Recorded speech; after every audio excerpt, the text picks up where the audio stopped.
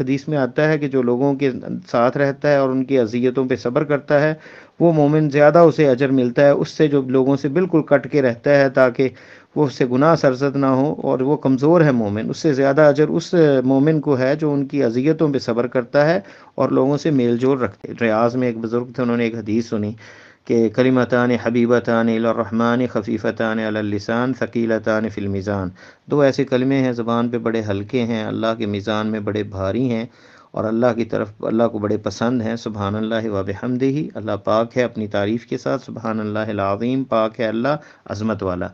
تو وہ جب بھی کسی مجلس میں بیٹھتے یہ حدیث سناتے، کلمتان حبیبتان، ایک حدیث سنو جی، اور خود بھی وہ ذکر پڑھتے کرتے رہتے، کوئی مناسبہ ہوتا کہیں بھی بیٹھتے مجلس میں یہ سناتے۔ ایک دفعہ ان ہوش نہ رہا، انہیں کچھ دنوں کے بعد ہوش آیا، ڈاکٹر کو اپنے پاس کھڑا دیکھا، اس نے کوئی سیٹنگ کر رہا ہے ان کے آلات یا کوئی انجیکشن لگا رہا ہے انہیں، تو اس نے کہا ڈاکٹر ایک حدیث تو سنو، میں تمہیں حدیث سناؤں۔ اسے سنایا کلمتان حبیبتان الی الرحمن خفیفتان علی اللسان ثقیلتان فی المیزان سبحان اللہ وبحمدہ سبحان اللہ العظیم، یہ حدیث سنائی اور یہ جو ذکر تھا یہ پڑھا تو اسی کے ساتھ ان کی روح پرواز کر گئی۔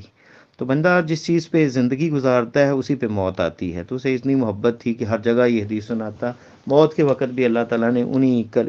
بہترین کلمات پہ موت دی کا ذکر، اور انہیں کوئی حدیث سنا دیں، کوئی اور بات بتا دیں اور تھوڑی دیر بیٹھ کے اٹھ کے بندہ چلا جائے، فضول چیزوں میں نہ بیٹھے، تو اس میں بڑا اجر ہے۔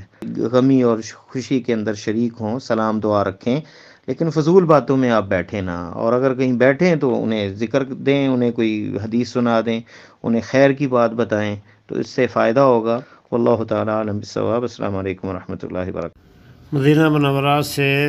دینی سوالات کے فری جوابات کے واٹس ایپ گروپ مسائل دین، ان میں سے نمبر 4 میں محترم شیخ محمد جمیل العدوی فاضل مدینہ یونیورسٹی جوابات دیتے ہیں۔ یہ سوال بھی انہی کے گروپ میں آیا تھا، جسے ویڈیو کی صورت میں ترتیب دے کر یوٹیوب چینل برکات الحرمین پر پیش کیا گیا ہے۔